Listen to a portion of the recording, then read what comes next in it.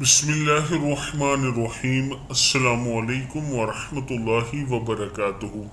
آج میں اپنے دوستوں کو رسول اللہ صلی اللہ علیہ وآلہ وسلم کا ایک بہت ہی پیارا فرمان بتاؤں گا۔ آپ دوستوں نے اس پر ضرور عمل کرنا ہے۔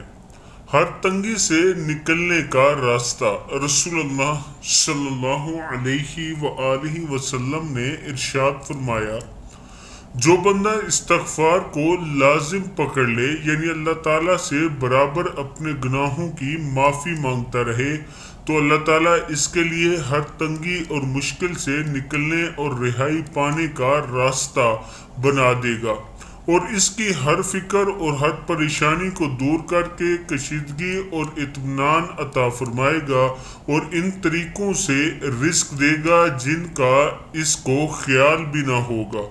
ابو داؤد کی اور ابن ماجہ دونوں میں یہ موجود ہے۔ آپ دیکھ سکتے ہیں مسند میں بھی یہ حدیث موجود ہے۔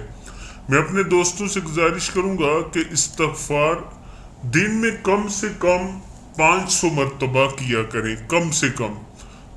استغفر اللہ یہ 500 مرتبہ پڑھا کریں دن میں، تو اللہ تعالیٰ آپ کے اوپر کرم فرمائے گا۔